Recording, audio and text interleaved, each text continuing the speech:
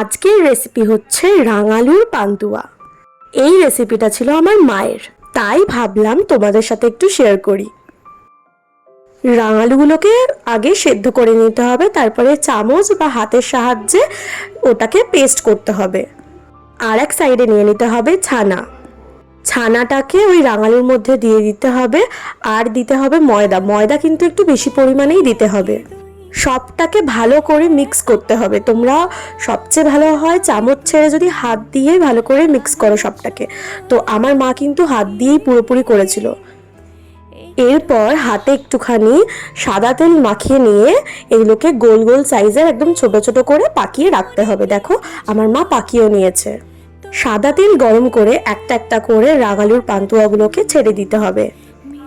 আর গ্যাসের ফ্লেমটা কিন্তু একদম লোতেই থাকবে। এটা ভাজতে ভাজতে আর একটা কড়াতে জল নিয়ে তার মধ্যে এলাচ দিয়ে অনেকটা পরিমাণে চিনি দিতে হবে। 5-6 চামচ একদম চিনি দিতে হবে। হাতা বা খুন্তির সাহায্যে জিনিসটাকে মিক্স করতে হবে ভালো করে, যতক্ষণ না চিনিটা গলে যাচ্ছে। এবার আস্তে আস্তে একটা একটা করে রাঙালুর পান্তুয়াগুলোকে এই চিনির জলটার মধ্যে ছেড়ে দিতে হবে।